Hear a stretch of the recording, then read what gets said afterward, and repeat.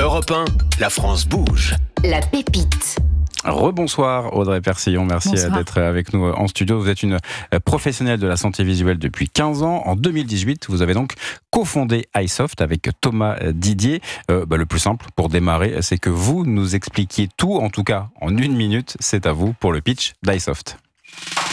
Alors, vous passez du temps sur les écrans, vous portez probablement des lunettes et vous ressentez peut-être de la fatigue visuelle, des maux de tête. La mission d'iSoft, c'est de faire en sorte que vous soyez bien avec vos yeux, quelle que soit la situation. En fait, la fatigue visuelle vient très souvent d'un déséquilibre entre les deux yeux, le fait qu'ils ne travaillent pas bien ensemble. iSoft permet d'analyser et d'améliorer cette dynamique grâce à un logiciel qui est embarqué dans un casque de réalité virtuelle. Pour ça, on s'appuie sur 2 technologies et une science. La réalité virtuelle pour une expérience immersive et ludique, l'eye tracking, ce sont des caméras qui mesurent le mouvement des yeux, et l'expertise de l'orthoptiste qui étudie la coordination des yeux et cette dynamique. On a 2 produits. Un premier qui est un dispositif médical pour les cabinets d'orthoptie qui permet de détecter et de rééduquer ces problèmes de synchronisation. Et un deuxième produit qu'on retrouve en magasin d'optique qui permet de personnaliser les lunettes. En fait, dans ce cas, le logiciel va analyser votre comportement visuel. Comment est-ce que vous bougez la tête ? Comment vous bougez votre regard pour lire ? Et ces informations vont permettre à l'opticien et au verrier d'intégrer ces données et de fabriquer des lunettes sur mesure pour un confort optimal. Ouais, c'est ça, donc sur mesure en anticipant un maximum. Donc c'est extrêmement clair comme vous l'avez décrit. Si on prend le produit que vous avez amené, le casque de réalité virtuelle, celui-là il permet de faire quoi précisément du coup ? C'est celui qui est plus pour les orthoptistes ou Alors le casque il peut faire les deux. Oui, casque c'est toujours le même. Nous notre truc c'est le logiciel qui va dedans. Voilà, c'est 2 logiciels qui sont complémentaires mais qui sont distincts, qui n'ont pas les mêmes revendications. Ouais. Celui-ci c'est le dispositif médical qui permet l'analyse et la rééducation de ce qu'on appelle les troubles oculomoteurs, du déséquilibre des yeux dont j'ai parlé. D'accord. Donc ce que vous avez dit effectivement, d'anticiper pour ensuite faire le bon choix pour personnaliser. Notre coach du soir, Fabrice Marcella, directeur de la banque des startups chez LCL, c'est un sujet qui vous a intéressé. Vous l'avez dit dès le début, ça vous a interpellé. Ça peut régler un problème qui est le mien. D'ailleurs, en préparant l'émission, j'ai eu l'occasion de tester le casque. Ça m'a pris 5-7 minutes. J'ai plus exactement en tête. En tout cas, j'étais complètement projeté dans un univers où très simplement on a pu faire le diagnostic. Donc je me suis rendu compte que j'ai peut-être besoin d'un peu de rééducation et je dois surtout changer mes lunettes. Donc c'est une super boîte. C'est une boîte qu'on appelle une medtech. Elle fait partie des 1400 medtech aujourd'hui en France parmi les 2000 startups santé. Ça a marché quand même qui lève aujourd'hui 2,6 milliards d'euros quand même pour pouvoir être financé et il est toujours en très forte dynamique puisque c'est plus 11% entre 2023 et 2024. Donc, ce qui est intéressant, je trouve, contexte évidemment très important. Très important. Et puis on voit en quoi la techno aujourd'hui, l'IA, sont en mesure d'apporter des solutions à nos problèmes du quotidien et aux problèmes de la santé. Moi, ce que j'ai noté, Aurélien, c'est en termes les forces. Déjà, c'est une bonne pratique, je pense, à partager avec ceux et celles qui souhaitent se lancer. C'est que les business angels aujourd'hui de iSoft sont composés de ses futurs clients, enfin qui sont devenus clients depuis d'ailleurs, ce sont des orthoptistes, c'est pas facile à dire, et des opticiens. Donc ça permet de faire quoi ça ? Ça permet d'avoir une première preuve de traction du marché, c'est-à-dire que les business angels qui investissent se positionnent déjà comme des futurs clients. 2, quand on est un banquier comme moi, on regarde quels sont les business angels qui investissent les premiers euros dans l'entreprise. Soit ce sont des personnes qui cherchent juste à défiscaliser et qui raisonnent en perte acceptable, soit ce sont des gens qui sont impliqués et qui vont être impliqués dans le business de l'entreprise. Et ça, ce sont les business angels qu'on aime bien et à partir desquels on va pouvoir nous-mêmes faire relais. Donc ça, un élément intéressant, je trouve, à souligner.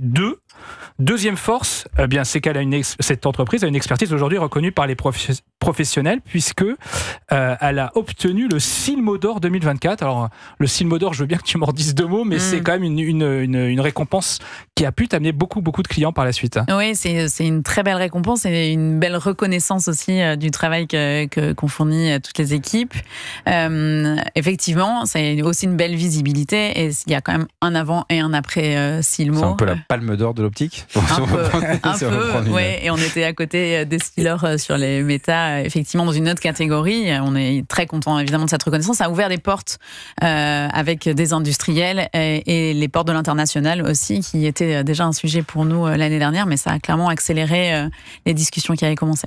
Ce que nous a pas dit Audrey, c'est que C'est déjà 900 professionnels qui sont clients, sont plus de 220 000 personnes qui ont bénéficié de la solution. Donc, on voit que c'est pas qu'une preuve de traction du marché. Le marché est là et on voit l'entreprise qui se développe.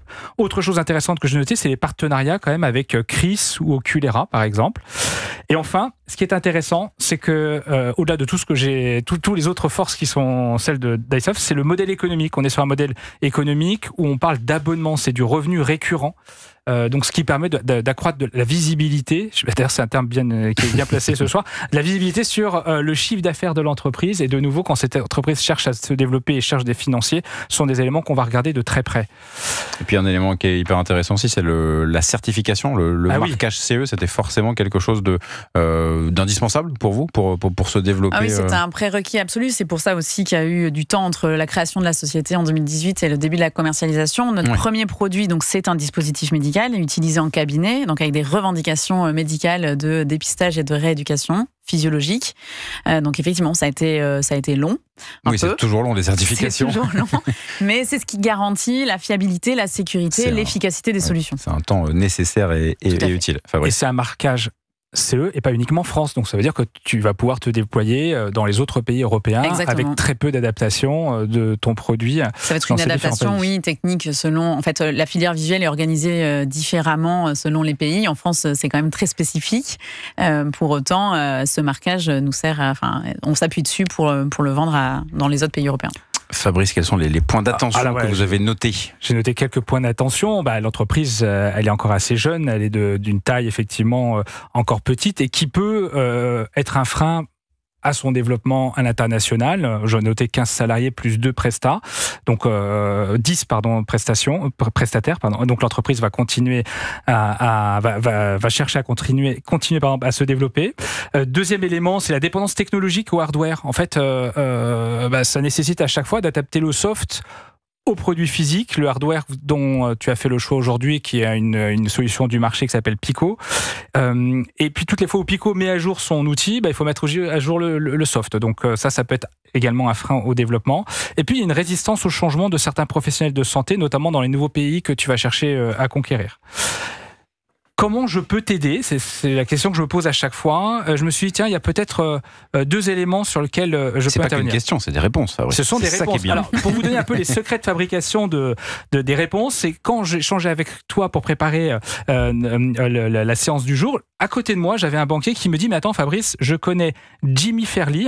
Si tu le souhaites, je peux mettre en relation, si c'est pas déjà le cas, iSoft avec Jimmy Fairley. Donc ça peut être une jolie petite marque aussi. Une jolie petite marque en termes de business. Plutôt France cette fois-ci déjà Et ensuite sur le sujet de l'international, j'ai des relations privilégiées avec un incubateur qui s'appelle le Village Baïsia que j'ai dirigé en tout cas sur Paris pendant 10 ans et je connais très bien le Village Baïsia de Milan, qui est un incubateur et qui pourra t'orienter pour identifier quels sont les bons relais locaux pour pouvoir aller adresser le marché italien. Donc voilà les deux sujets sur lesquels on peut être amené à se revoir, Audrey. Super, merci beaucoup. Et effectivement, ça fait écho. L'Italie, c'est un des rares pays européens qui est structuré sur la filière visuelle un peu de la même façon. Il y a des orthoptistes, ce qui n'est pas le cas dans tous les autres pays, qui font de la rééducation. Donc effectivement, c'est une bonne proposition que je prends. Bonne transition pour l'Italie. Essilor Luxottica, Christelle Barranger, votre regard tout simplement sur ce que propose iSoft, c'est pertinent évidemment comme type de solution pour les professionnels, évidemment à terme pour nous les particuliers, les utilisateurs.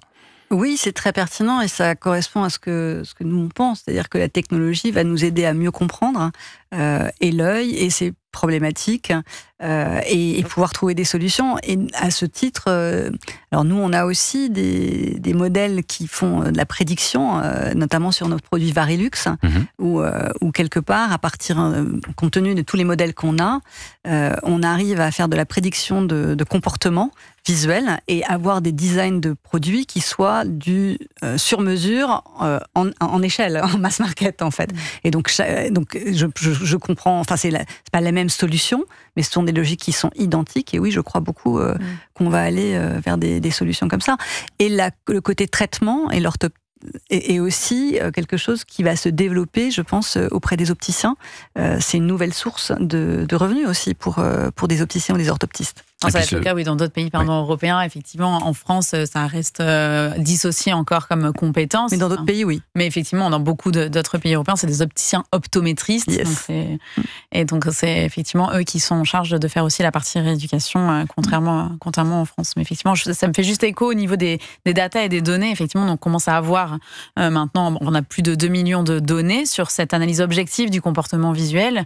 Et ça fait tout à fait écho à ce que vient de dire Christelle, c'est que toutes ces données objectivées par l'Eye Tracker sont vraiment très riches pour faire avancer la science et la recherche scientifique, mais aussi pour avoir une base de connaissances objectives sur l'analyse du comportement visuel a priori des porteurs de lunettes. Il y a un sujet évidemment très important que vous avez cité au tout début, Audrey Persillon, c'est la fatigue visuelle. Alors évidemment, on est tout le temps sur des écrans. Ce sujet-là, comment on le traite chez Essilor, comment on essaie de l'anticiper au mieux, Essilor Luxottica, pas oublier quand même, moitié italienne, parce que voilà, c'est un vrai sujet de société, de se dire on est tout le temps sur des écrans, comment les verres que l'on va porter vont nous accompagner, vont nous aider.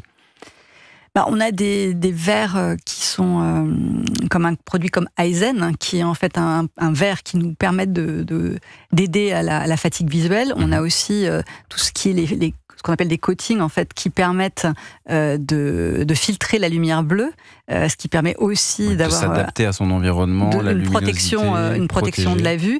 Donc oui, c'est un vrai sujet, la fatigue visuelle. Et les temps passés sur les écrans, oui, c'est un sujet sur lequel on travaille beaucoup. Évidemment, j'avais envie de vous interroger aussi, Audrey, sur votre parcours, donc du coup opticienne, orthoptiste, et à quel moment on se dit, bon, en fait, j'ai envie de devenir entrepreneur. Qu'est-ce qui s'est passé? Qu'est-ce que vous êtes dit? Qu'est-ce qui s'est passé? Il s'est passé que j'ai rencontré Thomas, donc mon associé, à l'école d'orthopsie, donc ça remonte quand même. On a tous les deux une âme d'entrepreneur, en tout cas d'autonomie, parce qu'on a toujours été en libéral dans nos cabinets. On a monté plusieurs cabinets, on a monté un cabinet ensemble.